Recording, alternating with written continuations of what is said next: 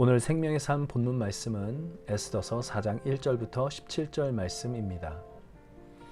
모르드게가 이 모든 일을 알고 자기의 옷을 찢고 굵은 베옷을 입고 재를 뒤집어 쓰고 성중에 나가서 대성통곡하며 대궐 문 앞까지 이르렀으니 굵은 베옷을 입은 자는 대궐 문에 들어가지 못함이라. 왕의 명령과 조서가 각 지방에 이르매 유다인이 크게 애통하여 금식하며 울며 부르짖고 굵은 베옷을 입고 재에 누운 자가 무수하더라. 에스더의 시녀와 내시가 나아와 전하니 왕후가 매우 근심하여 입을 의복을 모르드게에게 보내어 그 굵은 베옷을 벗기고자 하나 모르드게가 받지 아니하는지라.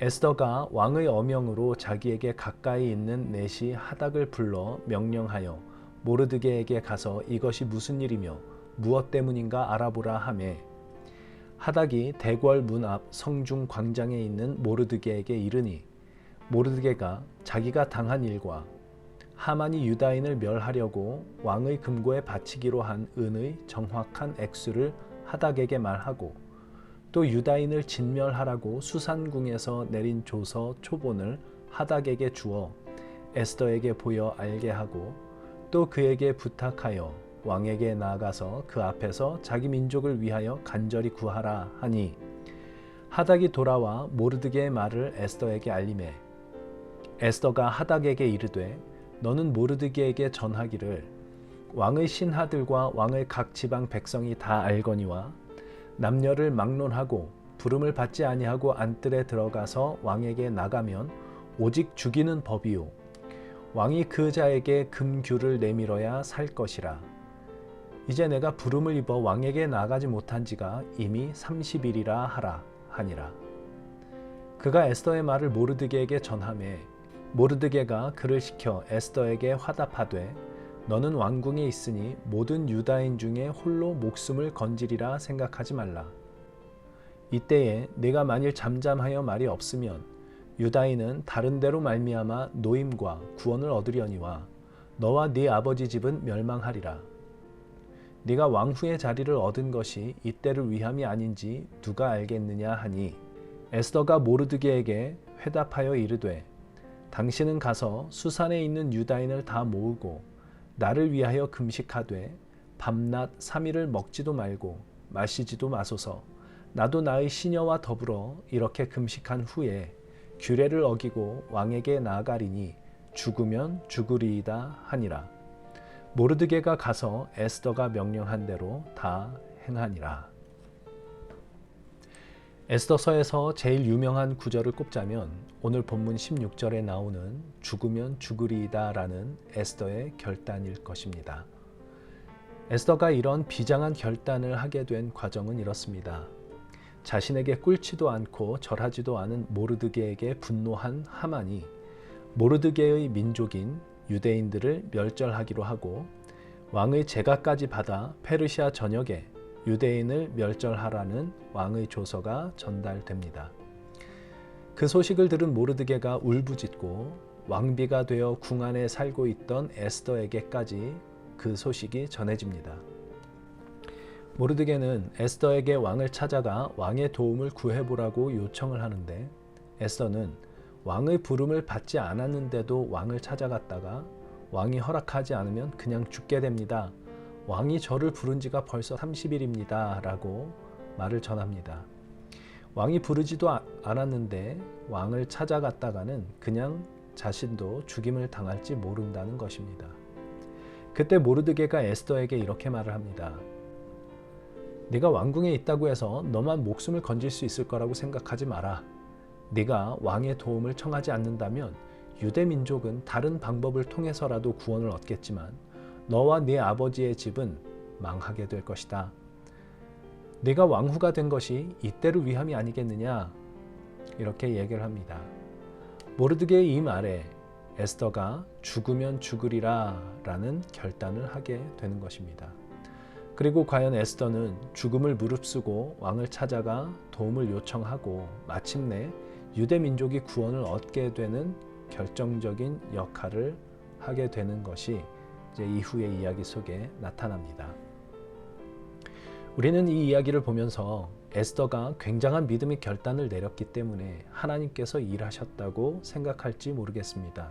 그러니 우리가 에스더와 같이 믿음의 결단을 내려야 하나님께서 우리를 통하여 일하실 것이라고 이야기를 할지도 모르겠습니다.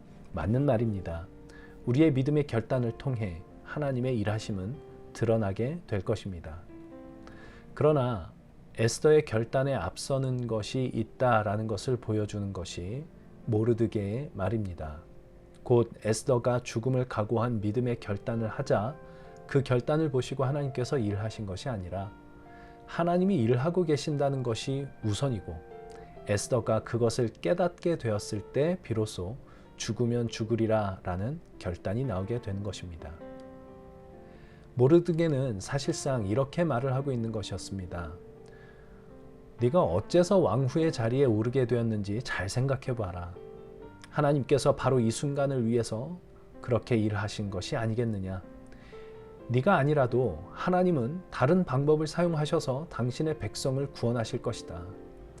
네가 결단을 내려야 되는 것은 우리의 죽고 사는 문제가 너의 결단에 달려 있기 때문이 아니라 하나님은 반드시 당신의 백성을 구원하실 것인데 하나님의 그 일하심에 네가 동참하라 라는 것이다. 이렇게 이야기를 하는 것일 것입니다. 나의 결단이 하나님의 일하심을 결정하지 않습니다. 그러나 나의 결단을 통해 하나님의 일하심과 하나님의 능력이 드러납니다. 내가 그렇게 결단하지 않으면 하나님은 다른 누군가를 들어서라도 분명히 그 일을 하실 것입니다.